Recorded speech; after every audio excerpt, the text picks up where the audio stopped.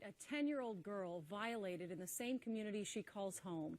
Police say a stranger raped her at a Cedar Riverside apartment complex. Witnesses who heard her screams quickly took action to help. John Croman is live in Minneapolis with more on this story. John?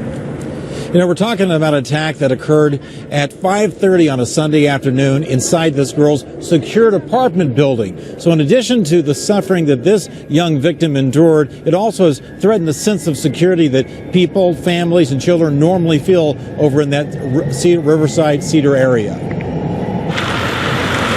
It's really sad. Riverside Plaza is the hub of the Soomaali community.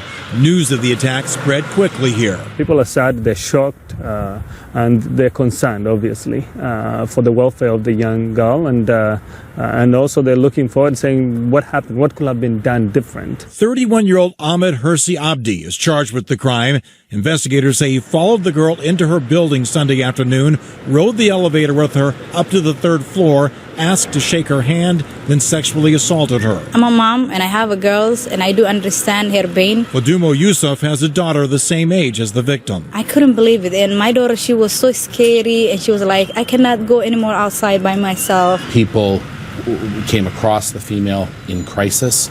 They ran to get the officers who they knew would be there. John Elder of the Minneapolis PD said 2 off-duty police officers arrived at the scene within minutes and reviewed surveillance video. Because of the officers working in that area so much on duty and off duty, they were able to identify by sight our suspect.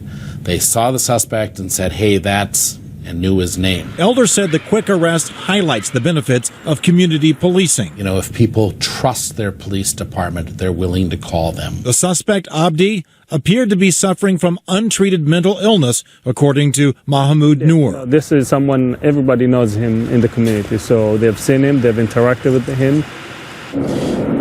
Now, Abdi was arrested later that night in St. Paul and brought back here to Minneapolis, and he's still here at the Hennepin County Jail being held on 2 charges of first-degree criminal sexual conduct. His previous record, really just minor nuisance crimes like trespassing, disorderly conduct, and public urination, so nothing really to point that to him having this type of a tendency. Back to you.